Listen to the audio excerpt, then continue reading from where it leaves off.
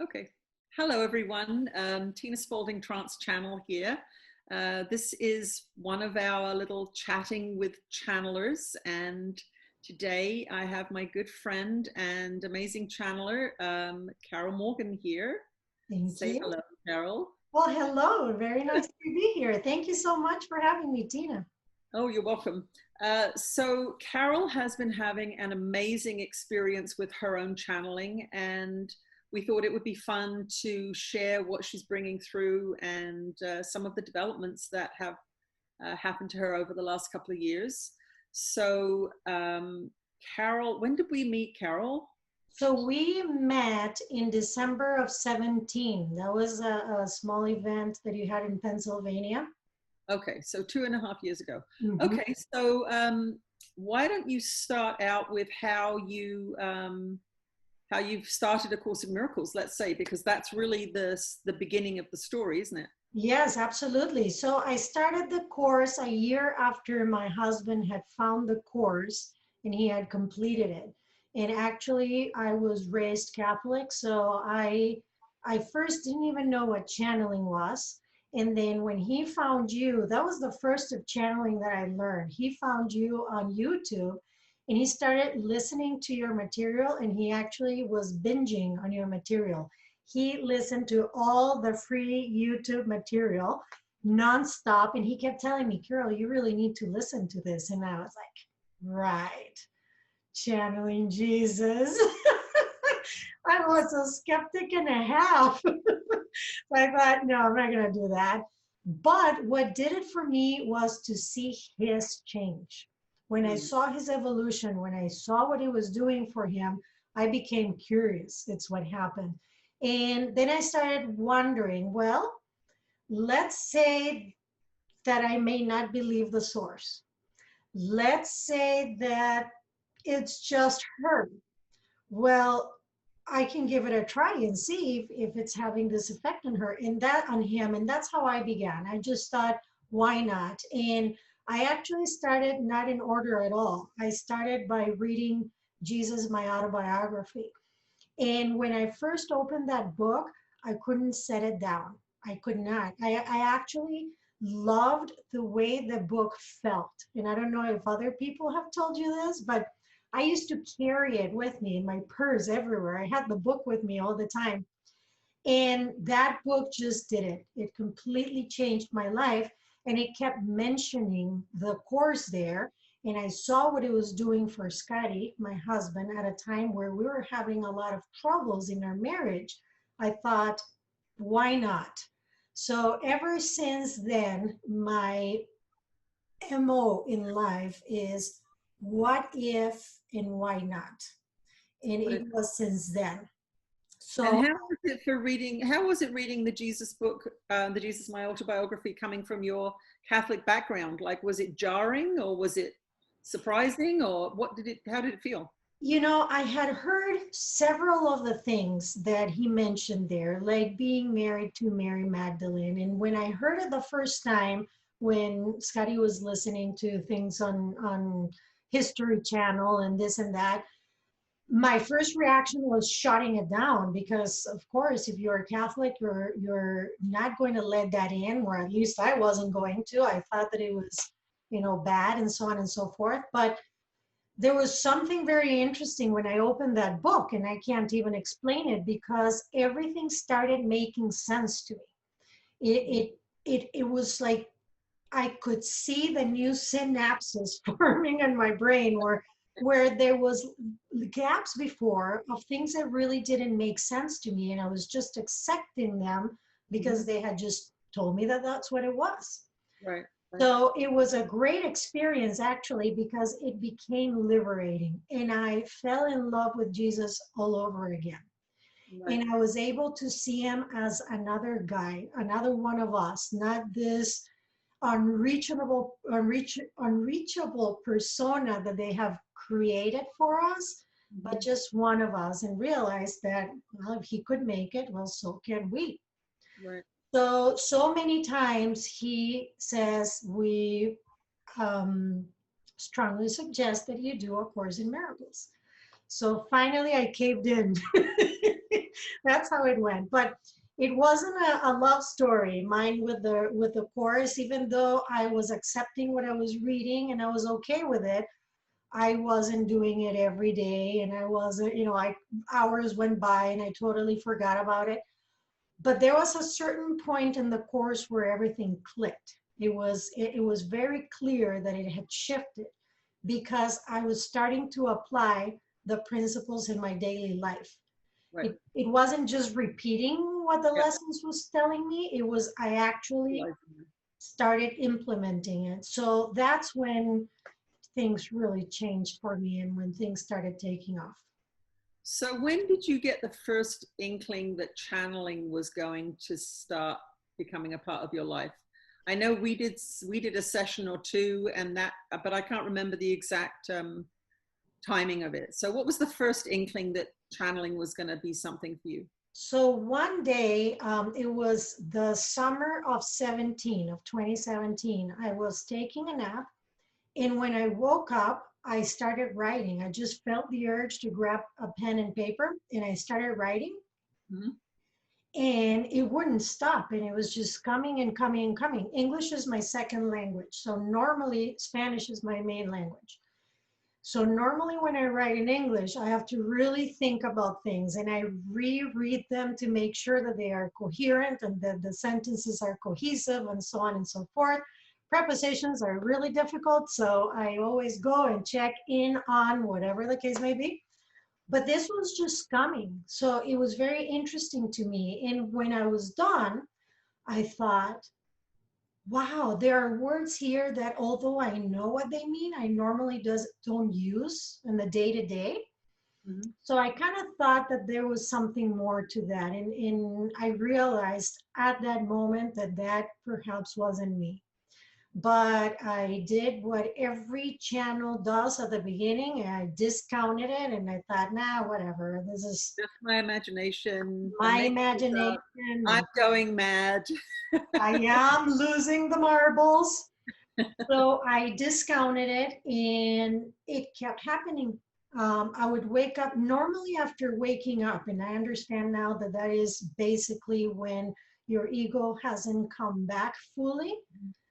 So you're able to surrender a little bit more to the process. And I continued writing, and it became clear to me that it wasn't me and it was talking to me. And the content was always loving, it was always reassuring, but it was definitely getting me out of my comfort zone. So I did that for a little while, and then there was another person in your group that was offering channeling lessons. Right. And I thought, well, maybe I should try and see what that is about. So I took a private class because I didn't want to do this in front of anybody. So I took a private class with Fran, who has transitioned since. And right away, I started channeling, verbally channeling. And I freaked myself out after the class. And for a long time, I decided I wasn't going to touch it. So I just let it be. I didn't know who I had channeled at the time. I didn't want to know really. It was a bit freaky. Well, that's what I remember. I remember you coming and having a session with me online and Jesus coming through and telling you that, yeah, it was him. It was, And he wanted to channel through you. Yeah. and that was the eye opener right there because I had been blocking it. And when I came to your session, I thought I only had time for one question. So I had only thought of one question. And when you said, okay, well, we're ready for the second question, I'm like, well, I don't have a second question. But I said, gee, I feel like Jesus has been trying to tell me something. And I had actually just recently had a dream where I was actually flying. And when I landed, I was by my husband and I started channeling Jesus for my husband. So that dream was very telling. And when I shared it with you, you said, okay, well, why don't we ask him? I just about passed out when you said I was dropped to the floor for crying out loud.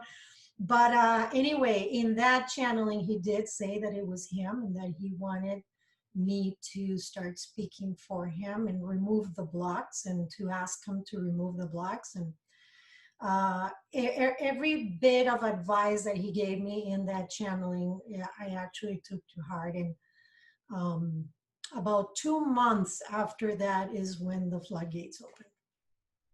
So Right. it took a little while.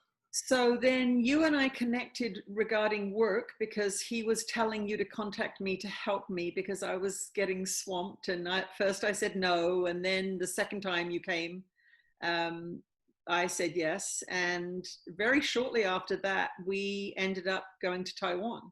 Yes, yes. Very long, was it? No, it was like 4 months, maybe Well, something.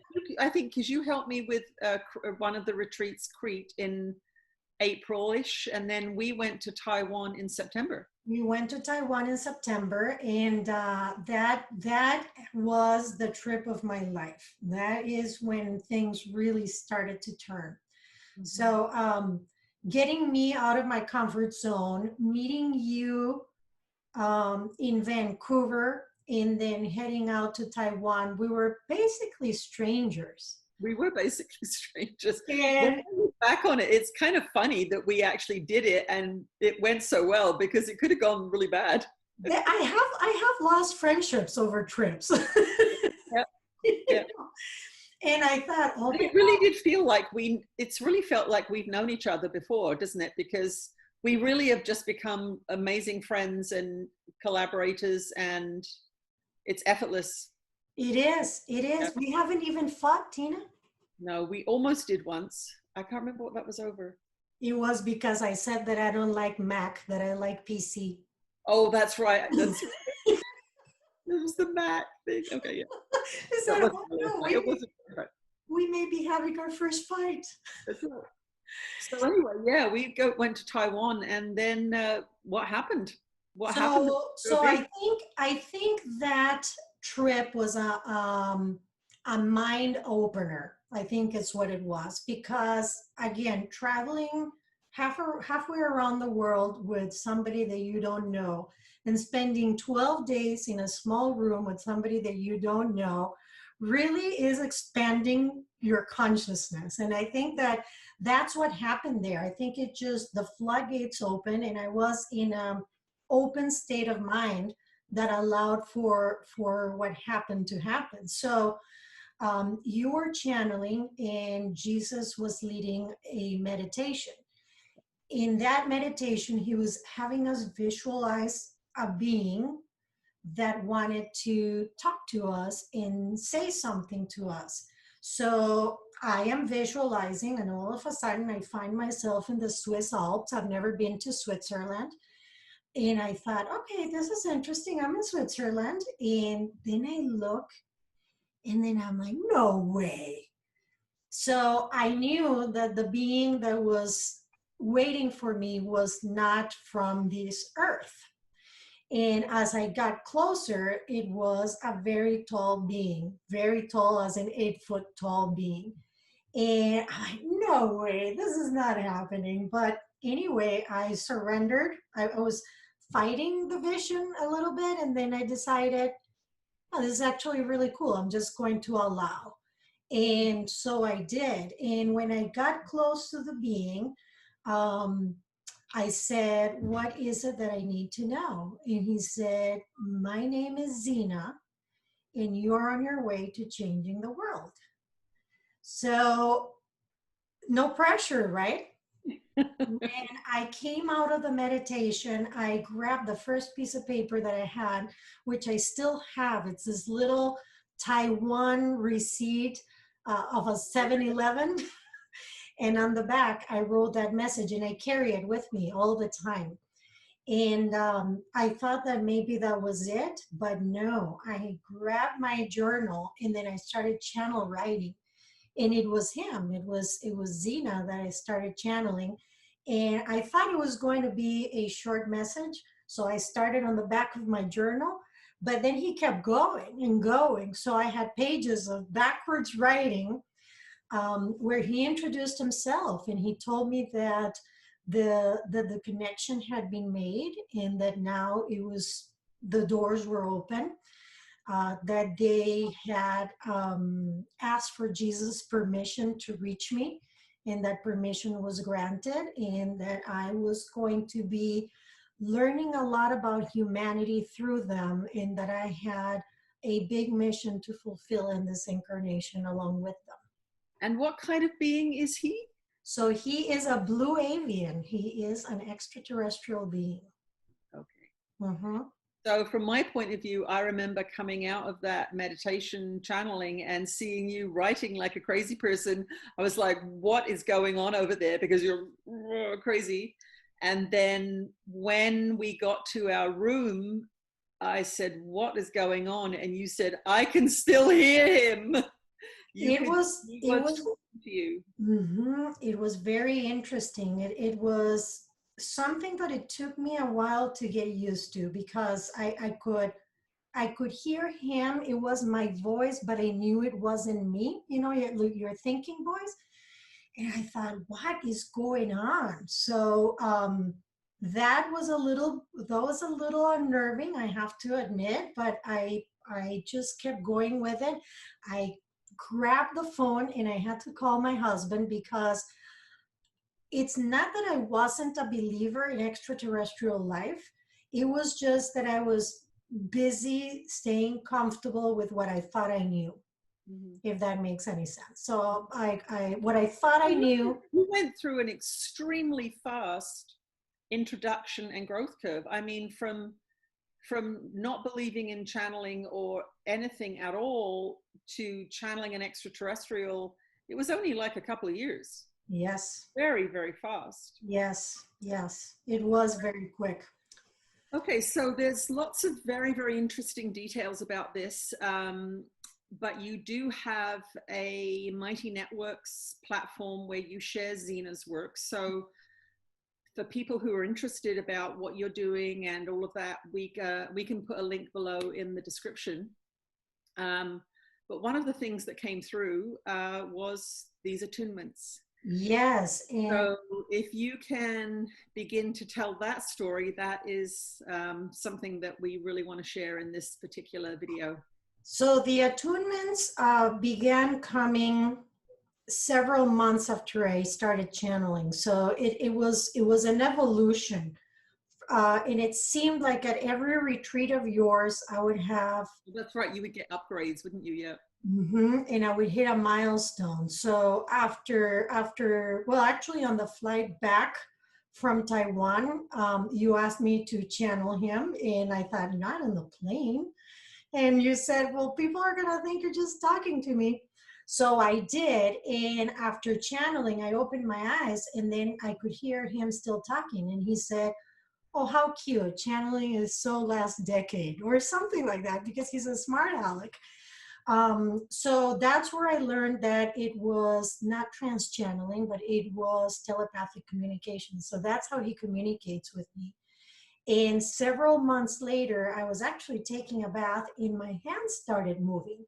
And I was not understanding, but it was making this like tea over me. And I thought, well, this is really strange. So I came out of the bath, came and sat right at my office. I grabbed my journal and I drew this picture.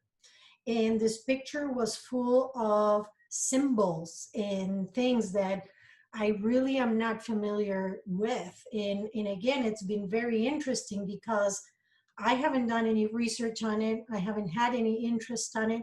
It's always been my husband. He's the one that has this incessant quest for truth, and he's always looking for either Bigfoot or extraterrestrial material or etc., alternative material. Well, he stayed up all night long trying to figure out what that was, and he found some similarities with some hieroglyphics, but very unique at the same time. So they kept coming, and they started coming more often, and it was more when I either meditated or when I went to your retreats that they just started coming. And it was in Crete last year where I had this Kundalini experience where all of a sudden, with my eyes open, I could see where I was opening the sky, if you will, and behind it were all the shapes and all the elements of the attunements, because that's what these drawings are called. They were all right there. It was as if I was tapping into all the knowledge there is right there. Mm-hmm. So I started um, collecting, if you will, or creating these drawings. I'm not an artist. I have never been interested in art like you are. But all of a sudden, I had this collection of attunements, and I learned that what they are is upgrading your energy. And you don't need to understand them. They Just have to just, look at them. you just have to look at them. So it's become very interesting where I started sharing these drawings. People, it was having an effect on people. And I thought, well, this is really interesting. I'm just drawing these things that I don't even understand in the comfort of my own home or wherever I am. And here people are having very interesting experiences with them. So last year, I started getting this idea. It was them nudging me that I needed to get these attunements out in the world. So I created a mighty network a year ago in July to start sharing these attunements and their teachings freely. So I started doing that, and the attunements continued coming, but I still had this idea that there was more to be done with the attunements. So I kept going, and finally in December of last year, I understood that these other 4 people that I had met around the world in your retreats were going to have a effect or a part in that vision that was coming together. And that vision is a company. We created a partnership, the 5 of us, called Zena Allen LLP, and I will explain the Allen part. Zena introduced himself as Zena. He is a male energy, although that's different in higher dimensions, but he is a male energy. He's a male being. But my son was drawing in that Thanksgiving what he was all grateful for. And when he drew Xena, he put Xena Alien and misspelled alien, and it became Xena Allen. So the Allen part really is just the gift of a pseudonym so that I am able to put his work out in the world. So xenaallen.com is our website, and that's where we are just starting to put out these products that have the attunements on them, and we can share some pictures, but this is I was going to say this is one of your t-shirts. So this this is is one of one the of the products your yeah. Mhm. And what's interesting from an artist point of view, because I am an artist, is all of these designs are beautiful compositions. They're technically, they are very difficult to draw. And it would take me, even though I've been a draftsperson, an artist for many, many years, it would take me quite a long time to do what you're doing freehand in just what seems like not very long in these sessions. Mhm. So from an artistic point of view, they're beautiful and beautifully constructed, you know, energetically. I mean, in terms of the composition of all of these things. So I've got a t-shirt. I love it. The designs are beautiful. So have you got any of the other products there, or I'll splice some images in the video? We will add some images. I think it would be best, but we have cards. The cards are beautiful. The material is beautiful. This is one of my favorite designs. This one's called the Holder of Truth. And so some of these designs come in with a phrase as well, don't they? Like guidance for what it is. Yes, and actually on the website, we are not only putting up the actual attunement as I drew it, but also the digitized version in a story, a small story of where they were drawn and what they mean. So this one is called Balance. And at the end of the description, Zena says, angels and warriors, we all are. And this one was drawn in England during one of your retreats. So there are several products right now. We have 9 products. We're going little by little. We have coasters, we have t-shirts, we have a beautiful journal, beautiful leather journal. But the idea of this is to continue to grow this business, not only to reach people with the attunements, because again, understanding is not necessary. They just need to look at it. But also what we're doing with this new business model is creating a new way of doing business that is driven by love, by full trust, and by full consensus. And once we get through that model, be able to help others that are trying to create businesses more in the 5th dimension than what the 3D money-driven capitalistic model has done. Okay, well, that is an amazing story, and it's funny because I've been so involved in the story from the beginning. And Yes. I guess the reason I really wanted to do this interview with you is to let people know that, you know, when you do A Course in Miracles, it can seem cumbersome, it can seem laborious, it can seem as if nothing is changing. Yes. And when I see the transformation that you've gone through because you did the course and you began to change the way you looked at the world and change that internal story. And in actual fact, if you had known this was coming, it may have been too overwhelming. You may not have done it, given where you were when you started. Mm-hmm. And that was what happened with me, of course, is that if they told me I was going to be channeling Jesus, I probably wouldn't have done it. But I just want people to know that when you do A Course in Miracles, it's not just this laborious spiritual practice. It's transforming people's lives and bringing them up into a frequency where they are tuning into amazing, amazing things.